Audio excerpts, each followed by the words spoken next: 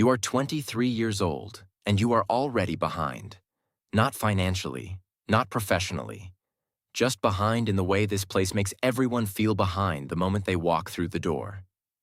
The senior guys do not look down when they pass your desk. Your name gets mispronounced in the first team meeting and nobody corrects it. The coffee machine on the executive floor requires a key card you do not have. You are a junior analyst at one of the oldest investment banks in the city, and the building itself has already decided what you are worth. But before we get into how this ends, let's do something quick. 3 statements about cocaine. You decide, true or false. Statement 1. Cocaine only kills people who use it recklessly or too often. False. Your heart does not grade on a curve. One line, wrong moment, wrong body chemistry. And that is it. Statement 2. High-functioning professionals who use cocaine occasionally are not addicts. Technically true, also completely irrelevant to whether it kills you. Statement 3. The people who die from cocaine overdoses mostly saw it coming. False. Most of them were in a suit, finishing a project, convinced they had it under control. Just like you. Now let's go back to the beginning. Your desk is on the 14th floor. The partners are on the 32nd. You have never been above the 21st. Floors are not just floors here. They are a ranking system. A daily reminder of exactly where you stand without anyone having to say a word. The first week, you work until 2 in the morning on a pitch deck nobody ends up using. You take the subway home in a suit that still smells like the store. You eat a granola bar on the platform and tell yourself this is temporary. You tell yourself that a lot in the beginning. Your base salary is $85,000. Before taxes. After rent, student loans, and the dry cleaning bill that comes with wearing a suit 5 days a week, you are living on less than you made waiting tables in college. But you do not say that. Nobody says that. Complaining about money at a place that makes money marks you immediately as someone who does not understand the game. The game has rules. None of them are written down. Rule 1. You are always available. Your phone is on at midnight, at 3 in the morning on Christmas Eve. You answer within 4 minutes, or you explain why. Rule 2. You do not show exhaustion. Exhaustion is weakness. Weakness is replaceable. Rule 3. You perform certainty even when you have none, because the clients are paying for confidence, not accuracy. You learn these rules the way you learn everything here. By watching someone else get quietly destroyed for breaking them. By month 4, you have stopped calling your college friends back, not intentionally. There is just never a good time. Your girlfriend asks if you are okay. You say yes. You say it the same way you say everything now. Quickly, efficiently, without looking up from your screen. You get your first bonus at the end of year 1, $12,000. You expected more. Everyone expected more. You do not say that either.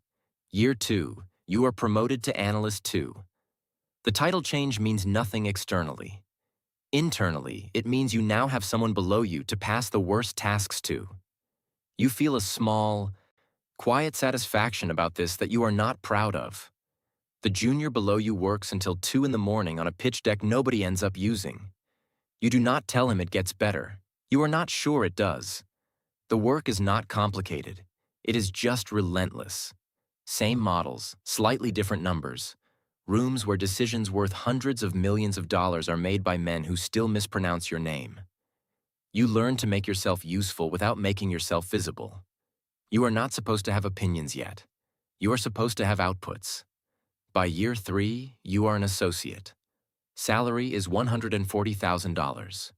Bonus is $38,000. You move to a better apartment. You buy a watch that costs more than your first month's rent. You tell yourself you earned it. You did. But the watch does not feel the way you thought it would. You wear it anyway. The cocaine starts at a client dinner in year 3.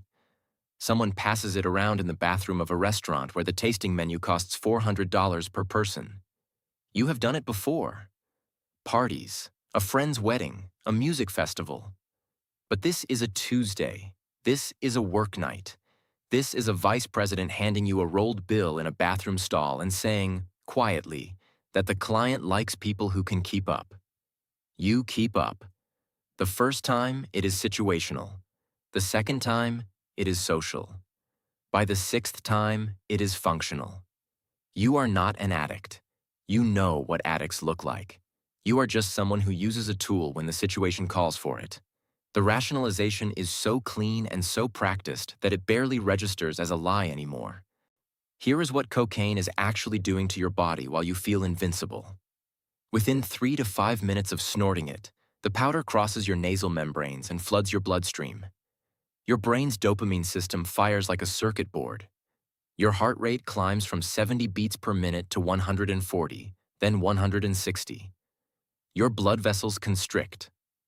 Blood pressure rises to 190 over 115.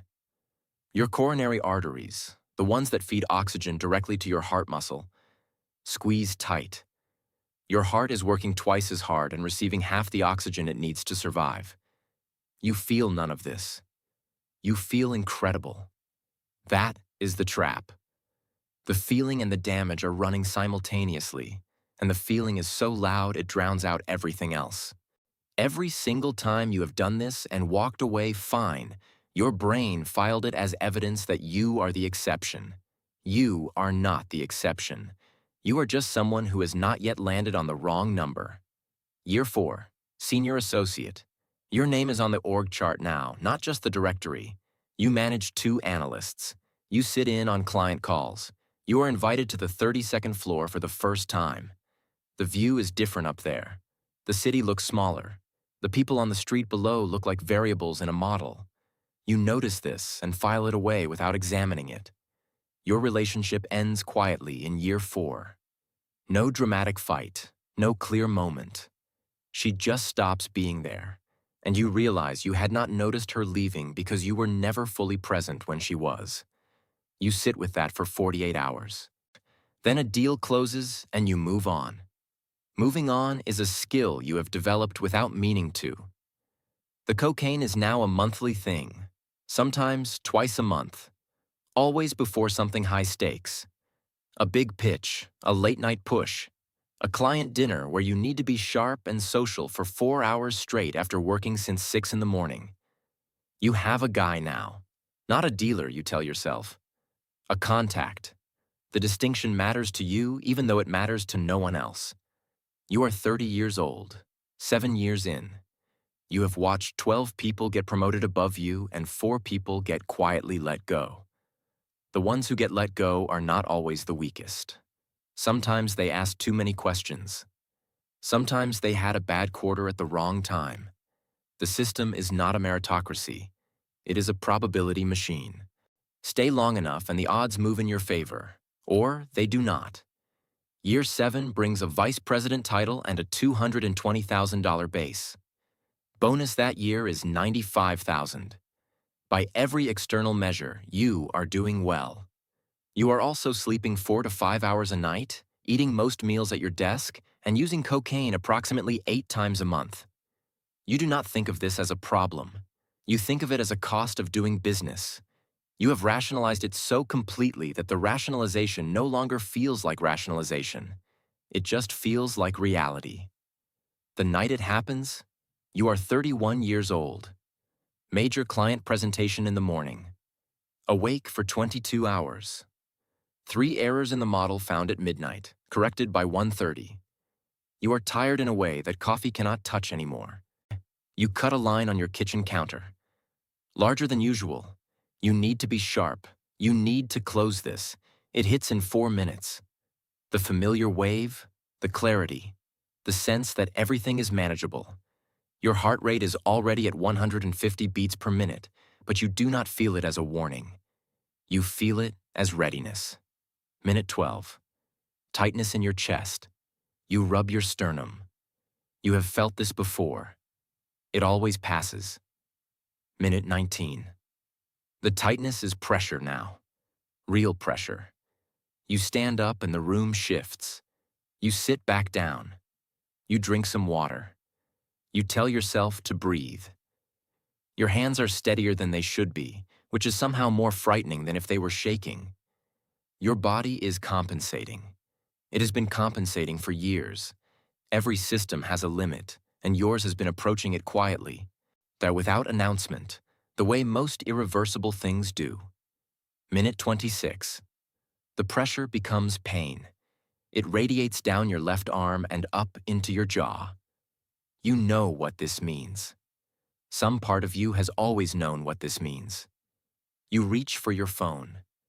Your hand is shaking now. Your vision is narrowing at the edges, the way a camera lens closes when the light disappears. You think about calling someone. You think about who that person would even be. You realize you do not have a clear answer to that question, and that realization lands harder than the pain does. Your heart is in ventricular fibrillation. It is not pumping. It is quivering uselessly in your chest, a muscle pushed past every reasonable limit for 8 years that has finally, quietly refused. No blood is moving. Your brain is receiving its last oxygen. The presentation is in the morning. The client is worth $40 million in fees. Your name is finally on the cover page. None of that is what you think about. You think about the granola bar on the subway platform in year 1, the watch that never felt the way you thought it would, the phone calls you never returned, the way the city looked small from the 32nd floor, and how you filed that away without examining it, and how you should have examined it. You think about her leaving without a fight, and how you moved on in 48 hours, and whether that was strength or just damage wearing the shape of strength. You think, not like this, but it is like this. Your heart stops at minute 32. You are alone in your apartment. You are wearing a suit. The presentation is on your laptop screen, open, finished, ready. By 9:15 the next morning, your assistant has called twice. By 10, someone else is presenting your slides. By the end of the week, your desk is cleared and a new analyst is assigned to your accounts. His name will be mispronounced in the first team meeting. Nobody will correct it. He will work until 2 in the morning on a pitch deck nobody ends up using. He will take the subway home in a suit that still smells like the store. He will tell himself it is temporary. About 15,000 people die from cocaine overdoses in the United States every year. The majority of them are not street addicts. They are people with careers and mortgages and families. People who genuinely believed they had it under control. People who were, by every visible measure, doing fine. People who had a contact, not a dealer. People who had a system, not a habit. People who were just keeping up. The building does not pause. The floors do not change. The 32nd floor still requires a key card. The coffee machine still hums. The models still run. The system does not mourn what it consumes. It simply continues, replacing one variable with another, recalibrating, moving forward without ceremony or acknowledgement. Somewhere on the 14th floor, a light is still on. It was on before you arrived. It will be on long after.